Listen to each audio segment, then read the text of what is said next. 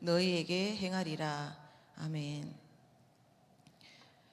민수기 33장을 두 부분으로 나누어 살펴보고자 합니다. 먼저 앞에 49절까지를 보면 이스라엘 자손들이 애굽에서 나와 요단강가 모압 평지에 이르기까지 40년의 노정을 쭉 기록하고 있는데요. 어디에서 진을 치고 어디로 옮겨서 또 어디로 갔는지, 어떻게 행진하게 되었는지 지명들이 쭉 나와 있습니다. 여기에 나오는 지명들은 어느 날 그곳이 어떤 곳인지 추정하기 어려운 것이 대부분이라고 합니다. 어디를 말하는지 잘 알지도 못하고 발음하기조차 어려운 이 지명들을 하나님은 거의 33장 한 장을 할애해서 세세하게 기록하고 있는 것을 볼 수 있는데요. 여기에서 우리는 하나님의 마음을 잠깐 엿볼 수 있을 것 같습니다.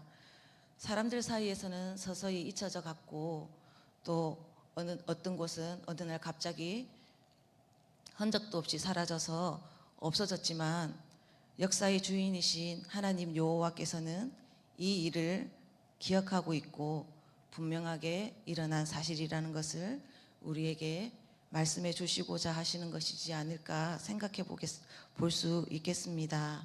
그리고 우리가 오늘 읽었던 50절부터는 본문 말씀인데요. 이 본문은 애굽에서 나와서 이스라엘 자손들이 가나안에 들어가서 무엇을 해야 하는지 이야기하고 있습니다.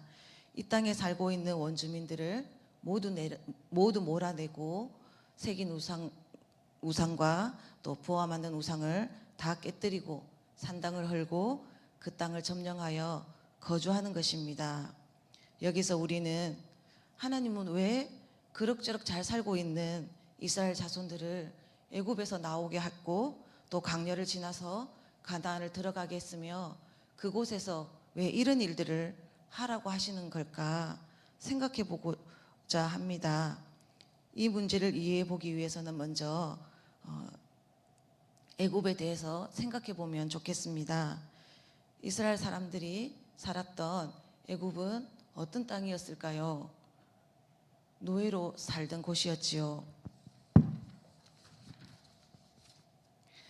인간으로서 기본적인 권리나 자유를 빼앗기고 자기의 의사나 행동을 주장하지 못하고 남을 위해 살아가는 곳입니다. 그런 곳에서 이스라엘 자손은 가끔 삶의 어려움을 만났을 때 하나님이 이 문제만 해결해 주면 좋겠다 생각하며 살던 그런 곳이었습니다. 그런데 하나님은 그들의 생각과 달랐습니다. 우리의 욕구와 생각은 없고 자유와 권리가 없는 노예로 살아가는 것을 원치 않으십니다. 왜냐하면 하나님께서는 우리를 그렇게 창조하지 않으셨기 때문입니다. 저는 이 진리를 지금 여기로 가져오고 싶습니다. 여러분은 지금 어디에 살고 계십니까? 아직 애굽에 살고 계십니까? 애굽에서는 나오셨습니까? 나의 생각이나 욕구는 중요하지 않고 타인의 반응에 따라서 내 기분이 결정되고 타인의 말에 따라 내 생각을 바꾸기도 하고 타인에 의해 타인을 위해 사랑하고 있지는 않습니까? 애굽에서 나오셔야 합니다. 출애굽은 애굽을 나오는 이야기가 아닙니다. 가나안으로 들어가는 이야기입니다. 우리가 애굽을 나와야 하는 것은 가나안으로 들어가야 하기 때문입니다. 이것이 이스라엘 자손뿐만 아니라 오늘 우리에게 향하신 하나님의 흔들림 없고 분명한 우리를 향하신 목적입니다. 바로 이것이 그리스도인의 정체성이기도 합니다. 정체성이란 자신의 변하지 않는 존재의 본질이 무엇인지 알고 공동체 속에서도 그 본질을 잃지 않고 타인과 교제하는 것이라고 합니다. 억압되지 않고 억압되고 자유가 없는 곳에서는 자신의 정체성을 발견할 수 없습니다. 우리는 이 시간 나의 정체성은 뭐지? 생각해 보면 좋겠습니다. 그리스도인은 자신의 정체성을 예수님 안에서만 올바르게 찾을 수 있는데요.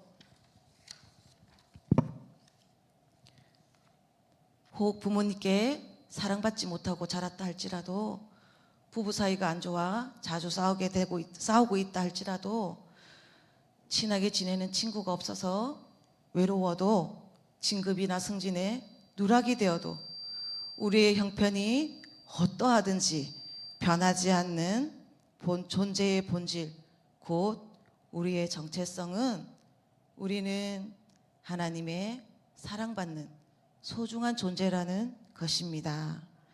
여러분 중에 의도하지 않았고 원하지도 않았지만 살다가 만나게 된 고난과 아픔으로 막막하고 외로운 강야를 걷게 되었다면, 당신은 하나님의 사랑받는 소중한 존재라는 것을 기억하면 좋겠습니다.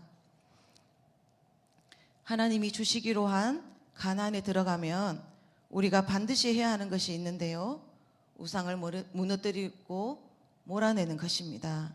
그것은 우리가 반드시 해야 하는 하나님의 명령이고 우리의 몫입니다. 몰아내지 못하면 그것이 우리를 괴롭게 할 것이라고 분명하게 말하고 있습니다. 여러분은 혹시 신앙 안에서 살아가는데 영적으로 눈을 가리게 하거나 영적으로 살아가는데 힘을 발휘하지 못하도록 옆구리를 찌르는 것은 없는지 이 시간 기도하면서 점검해 보면 좋겠습니다. 기도하겠습니다.